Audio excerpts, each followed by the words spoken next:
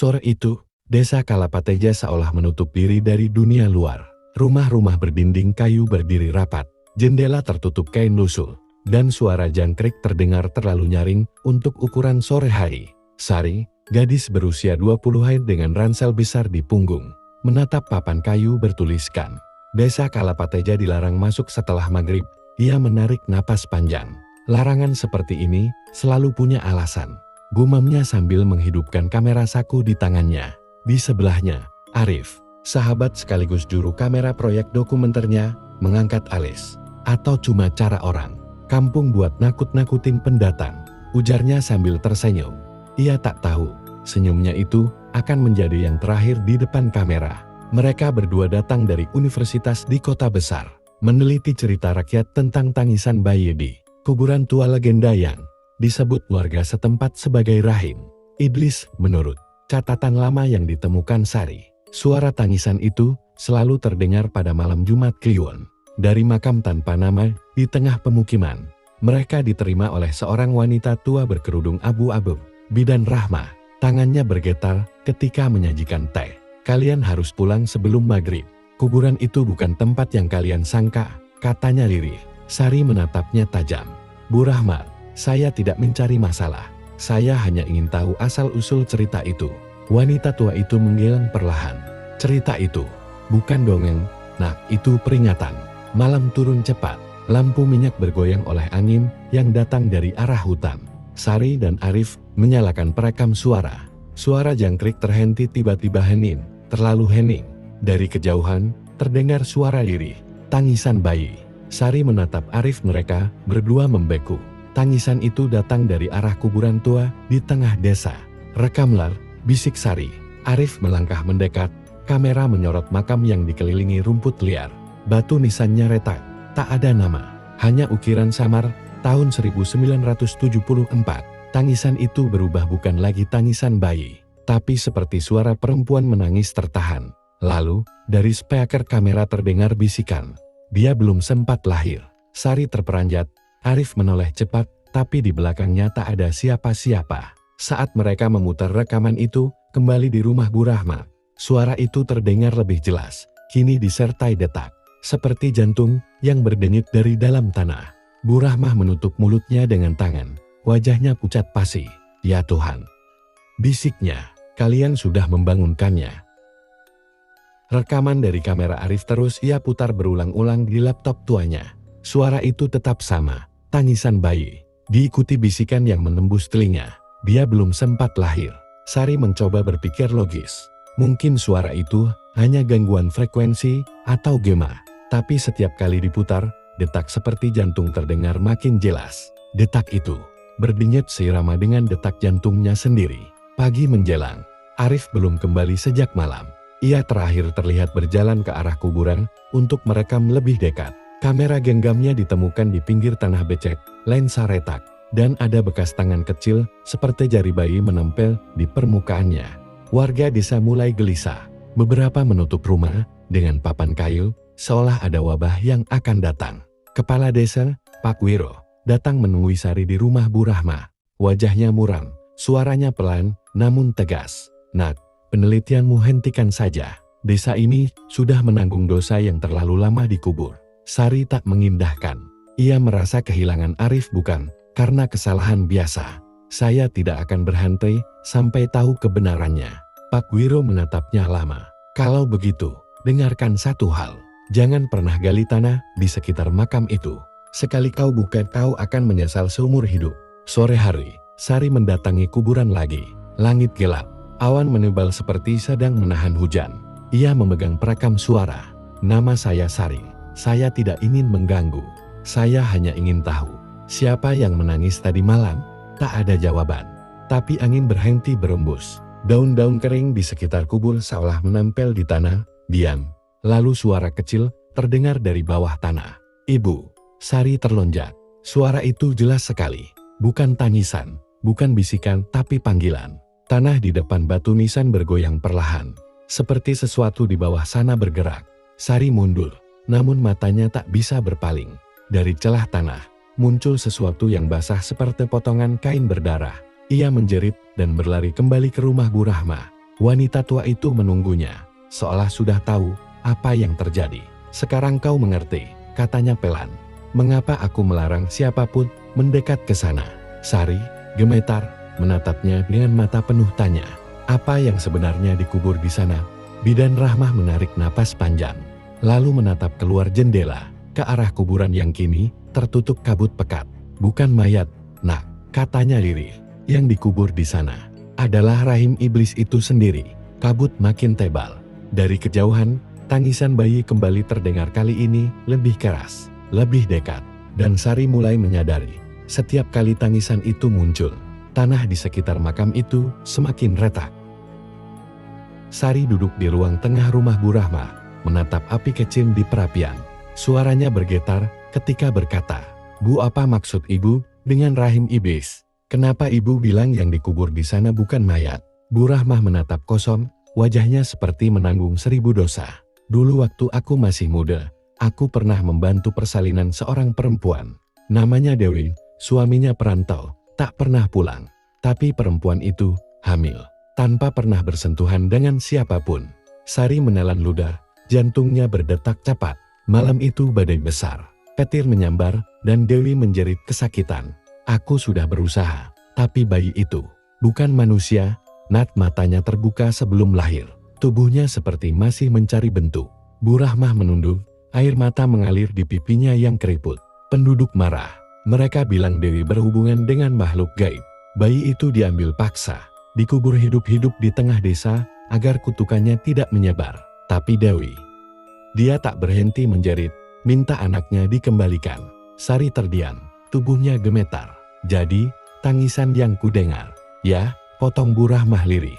"Tangisan dari rahim yang tak pernah berhenti melahirkan, meski ibunya sudah mati." Tiba-tiba pintu rumah terbuka keras, angin malam menerjang masuk. Kabut menelusup seperti asap hidup, menembus celah dinding. Dari luar, terdengar suara, tangisan bayi. Tapi kali ini, bukan dari kejauhan. Suara itu datang dari bawah rumah. Sari dan Bu Rahmah saling pandang, wajah mereka memucat.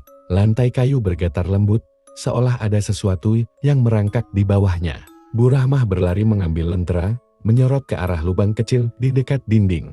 Sekilas, terlihat sesuatu tangan mungil, pucat, seperti tangan bayi, muncul dari celah tanah dan menghilang kembali. Ibu suara itu terdengar jelas kali ini. "Aku lapar." Sari mundur, menjerit tertahan. Bu Rahmah menjatuhkan lentera. Api kecil menyambar tirai, menciptakan cahaya oranye yang menari di dinding. Dalam cahaya itu, untuk sesaat, Sari melihat bayangan seorang perempuan berdiri di luar jendela, rambut panjang, wajah tertutup kabut, dan perutnya masih membesar. Api padam mendadak, ruangan gelap total. Lalu suara itu berubah menjadi tawa lirih. "Kau darahku." Sari jatuh terduduk. Bu Rahmah memegang dadanya, kesakitan. "Kau keturunannya, Sari," ucapnya dengan napas terputus-putus. "Kau darah dari rahim itu." Sari membeku. Dunia di sekitarnya seolah berhenti berputar. Tangisan bayi terdengar lagi, kini disertai suara napas berat di lehernya sendiri. Ia menoleh perlahan, dan di belakangnya, dari bayangan gelap, mata merah kecil memandangi dirinya, seperti bayi yang baru saja lahir. Sari berjalan dengan langkah guntai, wajahnya pucat, mata bengkak karena tak tidur semalaman. Bu Rahmah terbaring di kasur, napasnya tersengal-sengal. "Bu, jangan bicara dulu. Saya akan panggil dukun desa." Namun tangan Bu Rahmah menahan lengannya. "Tidak, Sari. Dengarkan aku. Kau harus pergi ke rumah tua di ujung hutan. Rumah itu milik Dewi dulu. Di sana kau akan menemukan benih kutukan itu." Sari terdiam. "Kenapa saya?" "Karena darahmu sama dengannya. Hanya kau yang bisa menghentikan dia sebelum rahim itu kembali melahirkan." Sari menggigil.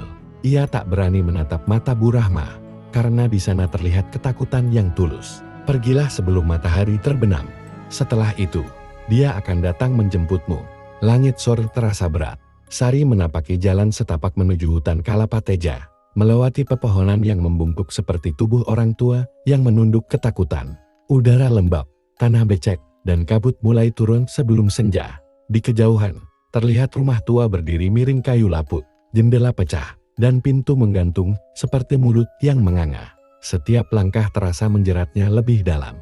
Ia membuka pintu, dan debu menari dalam cahaya senja. Ruangan itu kosong, tapi dindingnya penuh coretan tangan kecil.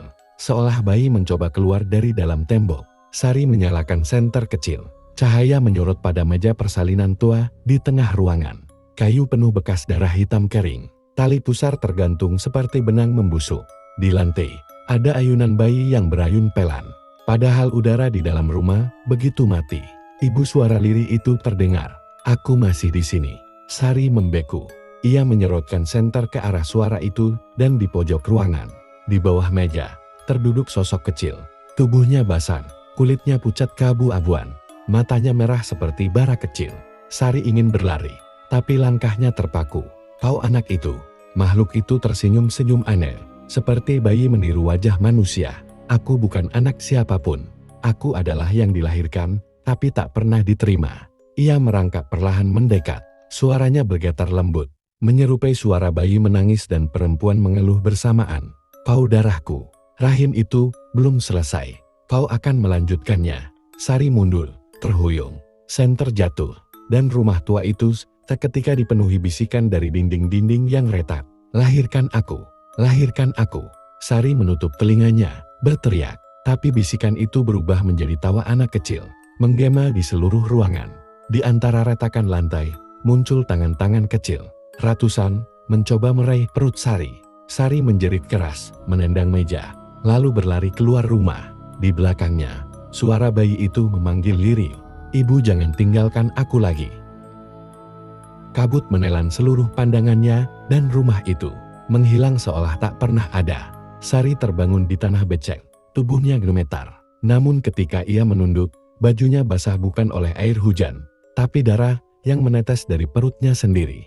Tangannya bergetar, menyentuh luka panjang, seolah sesuatu mencoba keluar dari dalam dirinya. "Rahim iblis," katanya dengan napas tertahan. "Sekarang aku tahu kenapa dia memilihku." Petir menyambar di kejauhan, dan suara gonggongan anjing menggema. Tapi tak ada satupun warga yang berani keluar rumah. Desa itu kini terasa seperti kuburan hidup. Sari berdiri di depan cermin kecil di kamar Bu Rahma. Wajahnya pucat, matanya merah, dan napasnya berat. Ketika ia membuka kancing bajunya, terlihat luka panjang di perutnya. Tapi luka itu menutup sendiri, berdenyut seperti jantung. Setiap denyitan terasa dari dalam. "Apa yang terjadi padaku?" bisiknya, gemetar. Dari dalam perutnya terdengar suara lirih, "Ibu, aku lapar." Sari menjatuhkan cermin, pecahannya berserakan di lantai. Ia mundur, memegangi perutnya yang kini terasa bergerak, seolah ada sesuatu yang hidup di dalamnya.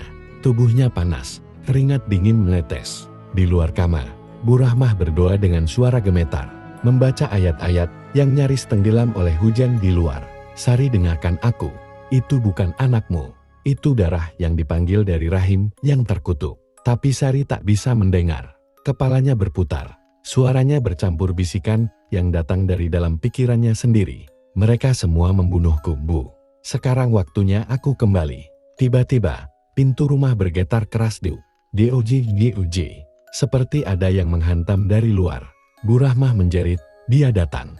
Pintu itu terbuka paksa. Kabut masuk ke dalam rumah, teban, berputar seperti asap hidup. Di ambangnya berdiri sosok perempuan rambut panjang, tubuhnya basah, dan dari perutnya yang robek, keluar tangan-tangan mungil menggeliat. Sari berteriak. Bu Rahmah berusaha menariknya menjauh, tapi cahaya lentera padam mendadak, menyisakan hanya suara tangisan bayi di udara. Dalam kegelapan, Sari merasakan sesuatu merayap di kulitnya, masuk ke dalam luka di perutnya. Suara itu berbisik lembut, nyaris penuh kasih. "Sekarang kau mengerti rasaku. Aku kehilangan anakku, dan kini kau akan mengandungnya kembali." Sari terjatuh. Saat ia membuka matanya, rumah sudah kosong. Bu Rahmah tak ada. Lentera padam. Ia berdiri dengan lemas, memegang perutnya kini tenang, tak berdenyut lagi. Namun dari dalam, terdengar dua detak jantung yang berirama, biliknya, dan sesuatu yang lain. Di luar, warga mulai mendengar tangisan bayi menggema di seluruh desa. Tapi kali ini, bukan hanya satu. Puluhan tangisan terdengar bersahutan dari berbagai arah, dari ladang, dari kuburan, dari bawah rumah-rumah kayu yang rapuh. Sari menatap keluar jendela. Matanya kini tak lagi hitam. Irisnya berubah merah gelap, seperti bara yang hidup. Dia sudah kembali, katanya pelan. Dan dia lapar. Rumah-rumah warga terkunci rapat. Jendela ditutup dengan papan. Dan setiap orang bersembunyi di balik doa. Di rumah panggung paling ujung desa, Sari duduk di lantai. Di sekitarnya, puluhan lilin menyala, membentuk lingkaran samar. Tubuhnya menggigil, kulitnya pucat. Dan perutnya kini membesar tak wajar seperti ibu hamil 7 bulan. Padahal baru beberapa hari berlalu sejak kejadian di rumah tua itu. Bu Rahma, yang kini tampak jauh lebih tua dan lemah, duduk di sisi Sari sambil memegang kitab kecil yang lusuh. Sari, dengarkan aku. Kita masih bisa mengusirnya. Tapi kau harus kuat. Jangan biarkan dia keluar. Sari menatap kosong ke arah lantai, suaranya serak, hampir tanpa emosi. Dia bukan dia aku. Aku hanya melahirkan diriku sendiri. Bu Rahmah menggigil mendengar kata-kata itu. Dari perut Sari terdengar suara geraman rendah, seperti bayi mendengkur. Lilin di sekitar mulai bergetar. Api menunduk seolah takut. Dia mulai keluar. Bisik Bu Rahmah, kita tak punya banyak waktu. Ia membuka kitab dan membaca. Mantra kuno dalam bahasa yang bahkan dirinya tak sepenuhnya mengerti. Tapi setiap kata yang terucap membuat ruangan terasa semakin berat. Udara menekan seperti akan pecah. Sari menjerit, tubuhnya kejang. Darah mengalir dari antara kakinya, tapi warnanya hitam pekat, seperti oli. Di dinding, bayangan bergerak sendiri, membentuk siluet perempuan hamil dengan tangan-tangan kecil mencengkeram. Dari dalam bayangan itu, kau tak bisa menghentikannya, teriak Sari. Suaranya bukan miliknya terdengar dua lapis, seperti ada seseorang berbicara bersamanya. Ini malam kelahiran kedua. Malam ketika rahim iblis kembali membuka dunia. Tiba-tiba lilin padam satu persatu, hingga hanya satu cahaya tersisa. Bu Rahmah mendekat, berusaha menyentuh bahu Sari, tapi saat tangannya menyentuh kulit Sari, terasa panas menyengat seperti menyentuh besi yang baru keluar dari api. Sari, bertahanlah, kau bukan dia. Sari memandang Bu Rahman, matanya berubah putihnya lenyap. Seluruh bola matanya menjadi hitam. Ia tersenyum, lalu berbisik, terlambat. Perutnya merakah, tapi yang keluar bukan bayi. Dari rahimnya muncul asap hitam pekat dan tangan-tangan mungil yang melata di lantai, merangkak mencari cahaya. Suara tangisan bayi bergema di seluruh rumah, tapi diikuti dengan tawa perempuan. Bu Rahmah menjerit, membaca mantra terakhir, tapi seluruh ruangan berguncang. Papan lantai retak, lilin padam, dan dari bawah rumah terdengar suara ratusan bayi menangis bersamaan. Sari menatap langit-langit. Matanya kosong, lalu perlahan tersenyum lemah. Dia sudah lahir. Kabut hitam menelan seluruh rumah. Ketika fajar datang, rumah itu sudah tak ada. Yang tersisa hanyalah lubang besar di tanah, berisi darah dan tulang-tulang kecil seperti milik bayi, mengering di bawah sinar matahari pagi. Orang-orang mulai meninggalkan desa, tapi mereka yang pergi tidak pernah sampai ke ujung jalan. Di tengah kesunyian, suara tangisan bayi kadang terdengar dari arah sawah, atau di antara pepohonan di tepi sungai. Tangisan yang pelan, seperti memanggil seseorang. Tangisan itu, milik yang tak seharusnya hidup. Bu Rahmah kini tinggal sendirian di rumah kecil dekat pemakaman. Matanya cekung, rambutnya memutih. Ia menulis sesuatu di buku tua catatan tentang silsilah darah desa itu. Sari, keturunan terakhir Dewi Kalapateja. Gumamnya lirih, kutukan rahim itu tak berhenti. Setiap kelahiran akan memanggilnya kembali. Ia berhenti menulis ketika mendengar ketukan di pintu. Perlahan, ia membuka. Seorang lelaki muda berdiri di luar, tubuhnya gemetar, wajahnya ketakutan. Bu Rahmah, istri saya, melahirkan. Tapi apa? Bayinya tidak menangis.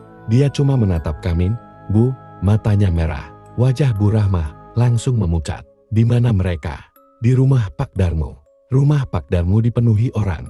Semua diam, berdiri mengelilingi sebuah dipan kecil. Di atasnya, bayi perempuan terbungkus kain putih, tidak bergerak, matanya terbuka lebar.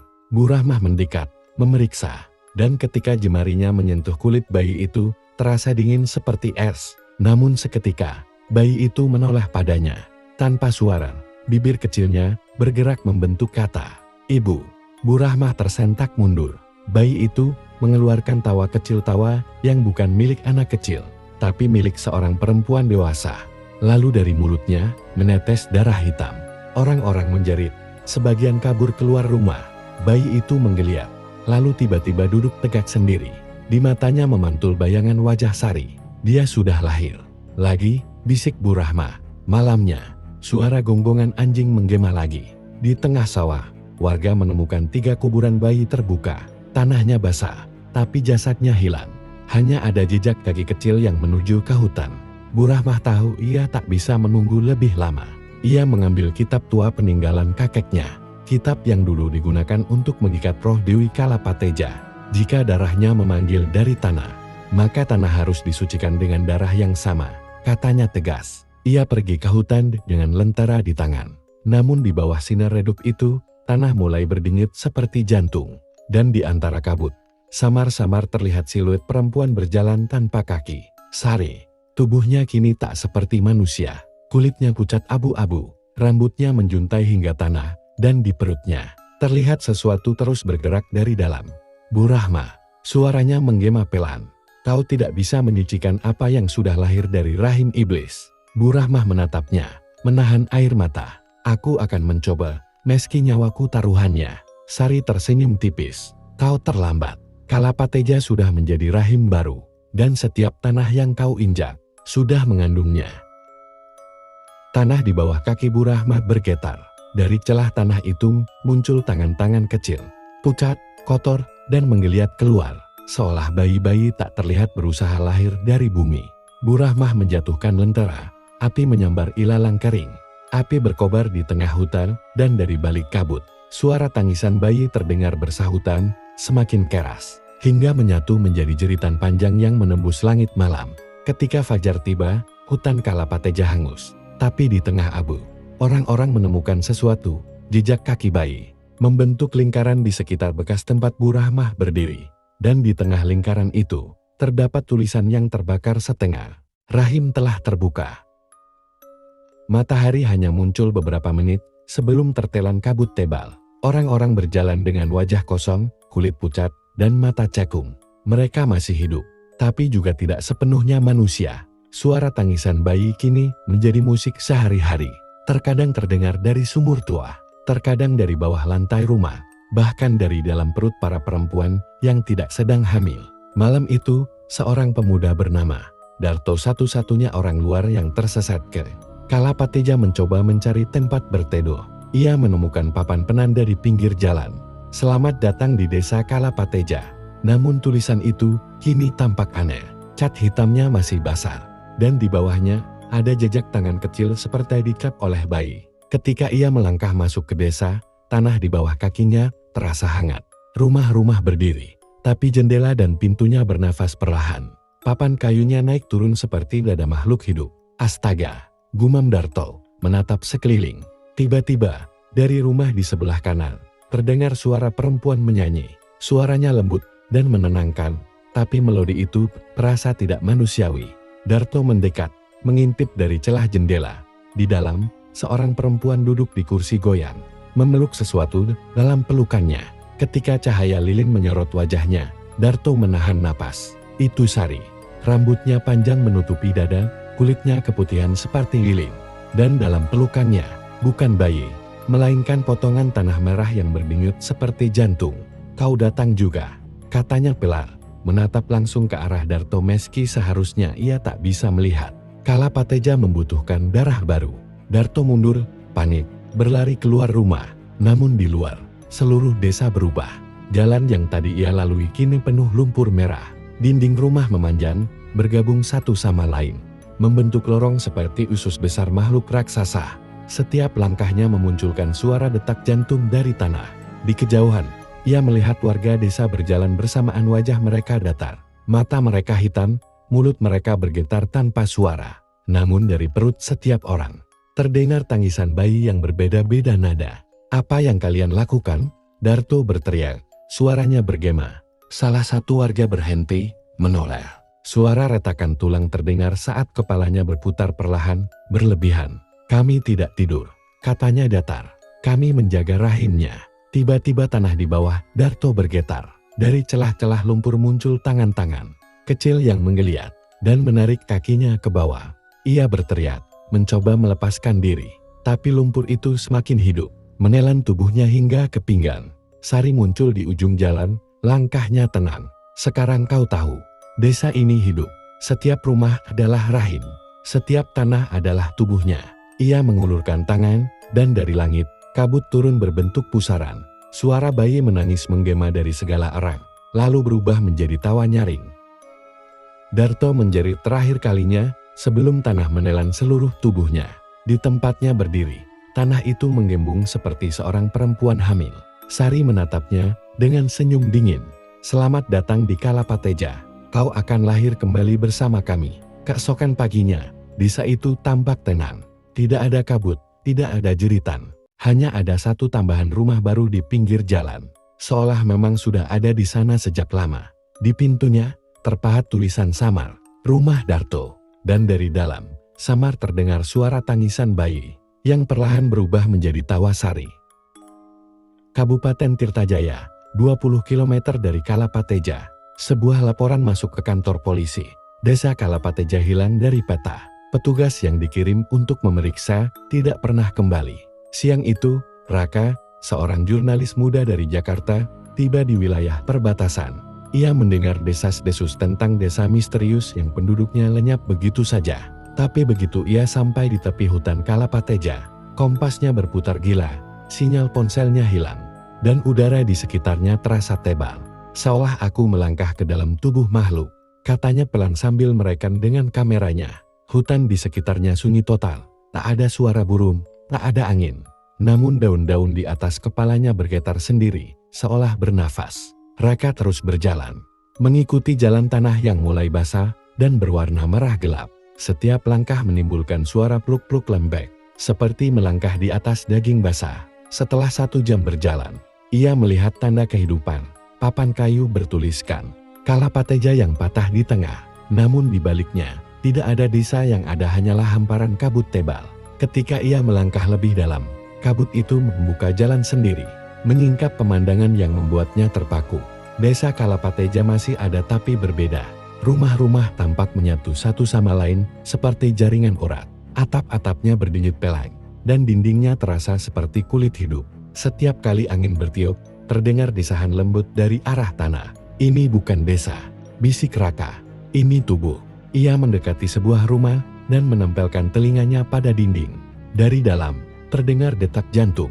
Dan lebih dalam lagi, ada suara bayi menangis. Lalu tertawa. Raka mundur. Ia menyalakan kamera dan mulai merekam cepat. Matanya liar. Tapi tiba-tiba, layar kameranya mati.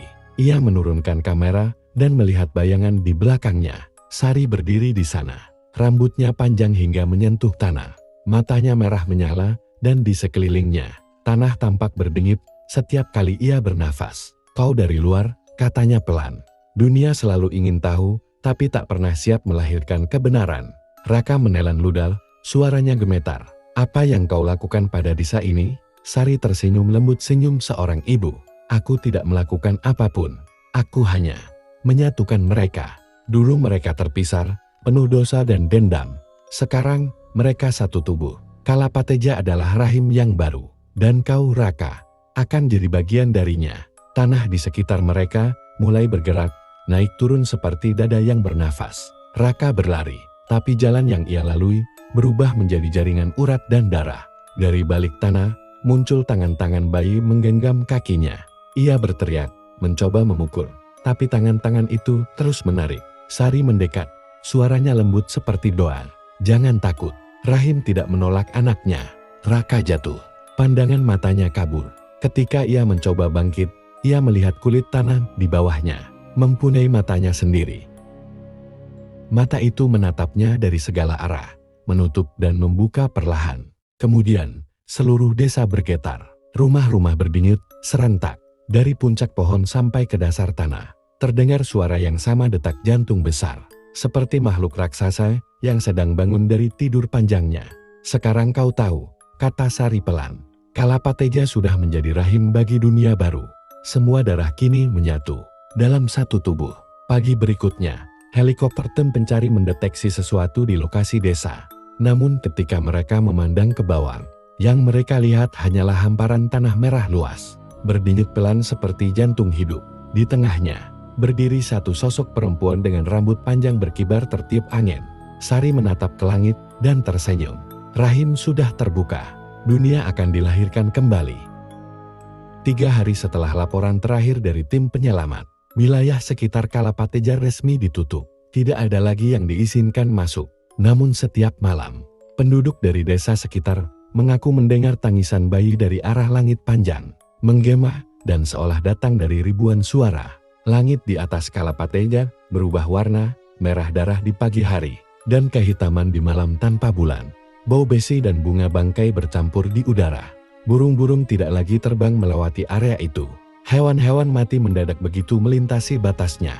Di pusat Kalapateja, tempat yang dulu adalah alun-alun desa, kini berdiri pohon besar berwarna merah tua. Batangnya seperti urat, dan dari celah-celah kulit pohon itu mengalir cairan gelap, hangat dan berdenyut. Dari akar-akarnya terdengar tangisan bayi, dan di bawah pohon itu Sari duduk bersila, matanya terpejam. Perutnya sudah tidak lagi besar tapi kulitnya bersinar samar, seolah ada sesuatu yang berdenyut dari dalam tubuhnya. Sudah waktunya, bisiknya. Dari tanah di sekelilingnya muncul bayangan-bayangan hitam menyerupai sosok manusia tanpa wajah. Mereka berlutut menyembah pohon itu. Dari kejauhan terdengar suara ribuan bisikan yang menyatu menjadi satu kata, "Ibu." Sari membuka matanya. Dari kedua matanya mengalir air hitam menetes ke tanah, dan setiap tetesnya menumbuhkan tangan kecil dari lumpur. Ia berdiri, menengadahkan tangan ke langit. Langit terbuka bukan karena cahaya, tapi karena daging. Awan berputar membentuk pusaran merah, dan di tengahnya muncul sesuatu yang menetes dari langit. Bola daging raksasa, berdenyut seperti jantung. Tanah bergetar, rumah-rumah hidup kembali, menyatu membentuk lingkaran besar. Dari setiap rumah, keluar suara perempuan melenguh kesakitan, disusul tangisan bayi. Namun bayi-bayi itu tidak keluar dari rahim ibu mereka, melainkan dari dinding rumah, dari tanah, dari akar pohon. Semua tangisan menyatu menjadi satu nada panjang. Langit bergemuruh, pohon merah itu bergetar hebat, dan dari puncaknya muncul bayi raksasa kulitnya pucat, matanya hitam, dan di dadanya tertulis satu nama dengan darah, Kalapateja. Bayi itu membuka matanya dan menangis, tapi suaranya bukan tangisan manusia. Itu suara petir, hujan, dan tanah yang retak bersamaan.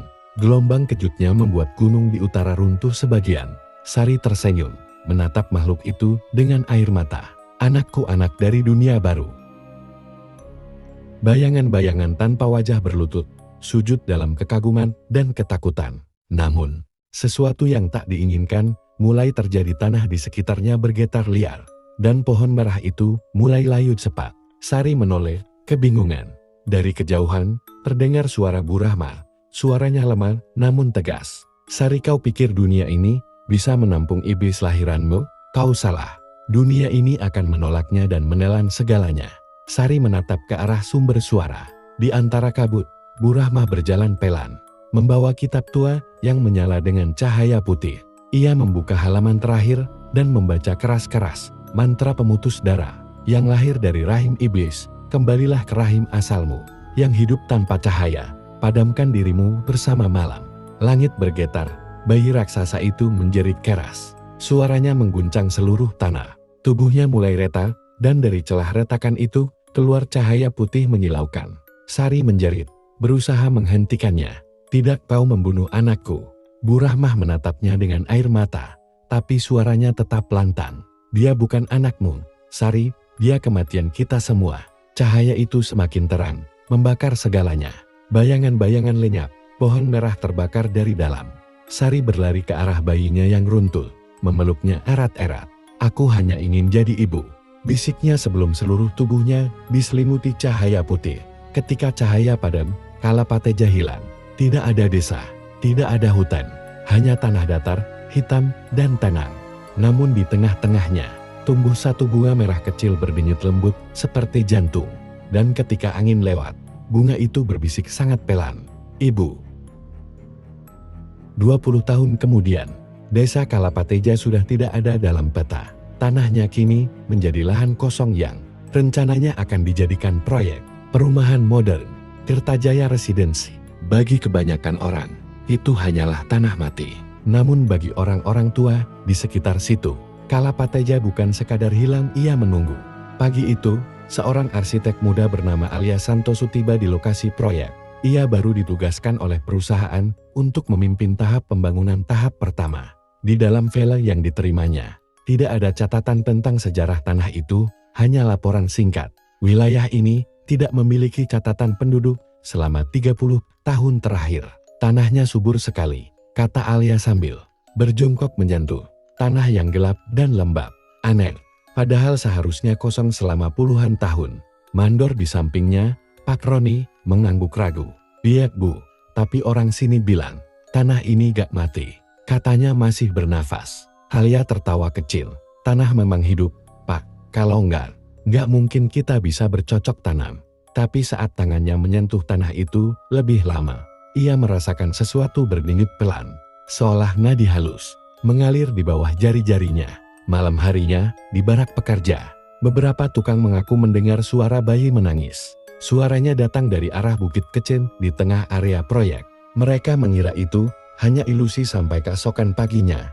Di tempat asal suara itu, ditemukan bunga merah yang tidak pernah mereka tanam.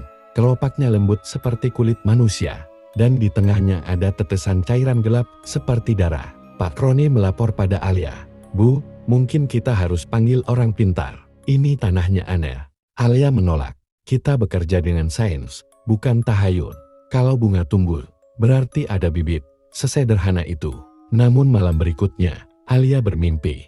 Ia berada di sebuah desa tua, dikelilingi rumah-rumah yang tampak hidup. Dari setiap jendela, muncul tangan kecil bayi yang melambai padanya. Dan di tengah alun-alun, seorang perempuan berambut panjang berdiri Sari. Kau menggali rahimku lagi, suara Sari bergetar, tenang tapi menakutkan. Kau pikir dunia sudah melupakanku, Alia? Alia terbangun dengan tubuh berkeringat. Di bawah ranjangnya, tanah mulai lembab. Dan dari sana muncul satu tunas bunga merah kecil. Keesokan harinya, proyek terus berjalan. Setiap alat berat yang menyentuh tanah mulai rusak satu persatu. Gigi ekskavator patah, kabel terbakar, dan mesin macet tanpa sebab. Namun tetap saja mereka menggali sampai akhirnya. Mereka menemukan sesuatu di bawah tanah. Sebuah struktur besar dari daging keras, melingkar seperti rahim raksasa, membentuk jaringan akar yang berdenyut. Di tengahnya, ada ruang kosong berbentuk bulat, dengan tulang-tulang manusia menempel di dindingnya. Salah satu pekerja menyorotkan senter dan berteriak, Bu, di dindingnya ada wajah. Mereka melihat jelas puluhan wajah manusia menempel di jaringan itu, seolah membatu sambil berteriak dalam diam. Dan di antara wajah-wajah itu, Alia melihat satu yang terasa sangat familiar. Wajah dirinya sendiri. Ia terjatuh, napasnya membulu. Tidak mungkin. Namun sebelum ia bisa menjauh, tanah di bawahnya bergerak pelan. Dari celah daging itu, keluar tangan kecil bayi halus, merah, dan menggenggam jari Alia dengan lembut. Ibu, suara itu bergema langsung di kepalanya. Alia menatap ke bawah, dan dalam sekejap ia mengerti. Darah yang mengalir di dalam tubuh tanah ini mengenal darahnya sendiri. Ia bukan orang asing. Ia keturunan dari Kalapateja, dan rahim itu memanggil pulang anaknya. Malam itu, semua lampu proyek padam. Langit kembali berwarna merah, dan dari tengah lahan, bunga-bunga merah bermekaran serentak. Tanah berdenyut pelan, seperti detak jantung. Dan di tengahnya, berdiri Alia dengan mata kosong, tangannya menggenggam tanah. Ia tersenyum, lalu berbisik lembut, Aku ingat sekarang, aku dari sini, aku anak Kalapateja. Keesokan paginya, lokasi proyek ditemukan kosong. Semua alat berat tenggelam ke tanah. Di tengah area, hanya tersisa hamparan bunga merah yang berdenyut lembut. Dan di udara, samar-samar terdengar suara seorang perempuan bernyanyi, lagu Nina Bobo yang sangat tua. Wilayah bekas proyek itu kini dijaga ketat oleh aparat. Namun setiap malam, tanah di sana terus tumbuh, seolah bernapas, dan di tengah-tengahnya, bunga-bunga merah mekar semakin banyak, menutupi area seluas 2 km. Dari udara, hamparan itu terlihat seperti pola rahim raksasa, berdenyut perlahan. Tak ada yang berani mendekat, namun kamera pengintai satelit mendeteksi sesuatu. Sosok perempuan berdiri di pusat pola itu, setiap tengah malam Alia. Ia tidak makan, tidak tidur, tapi tubuhnya terus hidup. Sinar merah keluar dari dadanya, berdenyut pelan seperti jantung yang tumbuh dari luar tubuh. Di ruang bawah tanah bekas galian proyek, Muncul kembali daging berurat yang dulu ditemukan para pekerja. Namun kini, ia tumbuh cepat, menjalar sampai ke permukaan tanah. Bunga-bunga merah mulai layu, berganti menjadi bentuk organik yang menyerupai janin. Setiap janin itu bernafas, dan dari mulut mereka keluar suara perempuan melantunkan nyanyian lembut. Alia berdiri di tengah-tengah mereka, memejamkan mata. Suaranya bergetar seperti seseorang yang sedang di antara tidur dan sadar. Ibu memanggilku. Aku ingat sekarang. Aku bukan dari luar dunia. Aku bagian dari rahimnya. Suara lain menjawab dari dalam tanah suara sari. Kau melanjutkan darahku, Alia. Dulu aku melahirkan kematian untuk dunia lama. Sekarang kau akan melahirkan kehidupan untuk dunia baru. Alia meneteskan air mata hitam. Tubuhnya mulai berdenyut bersama tanah di bawahnya. Nadi di lengannya berubah warna menjadi merah tua. Dari kulitnya, akar-akar kecil tumbuh dan menyatu ke tanah. Aku mengerti sekarang. Aku bukan manusia lagi. Di kota Tirtajaya, orang-orang mulai merasakan perubahan aneh. Langit tak lagi biru berganti menjadi abu-abu dengan gurat merah samar. Air sungai berbau besi.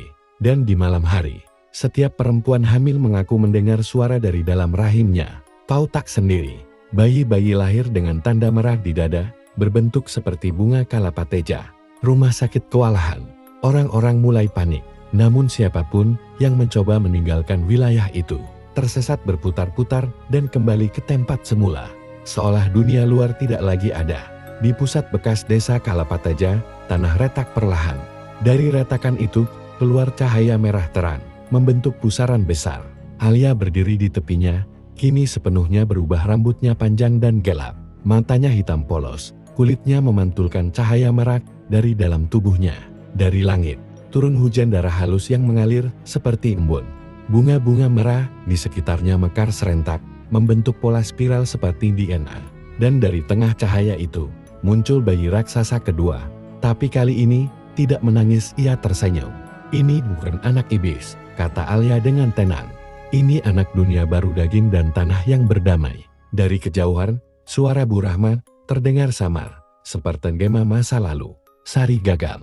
Tapi kau, Alia, kau berhasil memadukan cahaya dan darah. Bayi itu menatap langit, lalu membuka mulut. Bukan tangisan yang keluar, tapi hembusan napas yang membentuk kabut merah, menutupi seluruh wilayah Tirtajaya. Dalam kabut itu, kota berubah. Gedung-gedung melengkung seperti tulang. Jalanan berdenyut lembut, dan manusia mulai beradaptasi. Mereka tidak ketakutan, mereka menjadi bagian dari tanah. Bertahun-tahun kemudian, Kalapateja tidak lagi disebut kutukan. Tempat itu menjadi pusat dunia baru. Tempat manusia dan alam menyatu secara aneh, tapi harmonis. Tidak ada lagi pembedaan antara darah, tanah, dan kehidupan. Semua bernafas dalam satu ritme. Di tengah hamparan bunga merah yang abadi, Alia duduk dengan damai. Ia tidak menua. Dari matanya memancar cahaya lembut, bukan lagi iblis, bukan manusia. Ia adalah rahim dunia. Dan di sebelahnya, berdiri sosok Samarsari, menatapnya dengan bangga. Kau melanjutkan yang dulu gagal aku sempurnakan. Aku bukan melanjutkanmu, Ibu, jawab Alia pelan. Aku menyelesaikanmu. Sari tersenyum, lalu perlahan menghilang menjadi debu merah yang menyatu dengan bunga di sekelilingnya. Alia menutup matanya, membiarkan angin membawa suara terakhir dari Kalapateja. Segala sesuatu lahir dari rahim, bahkan dunia.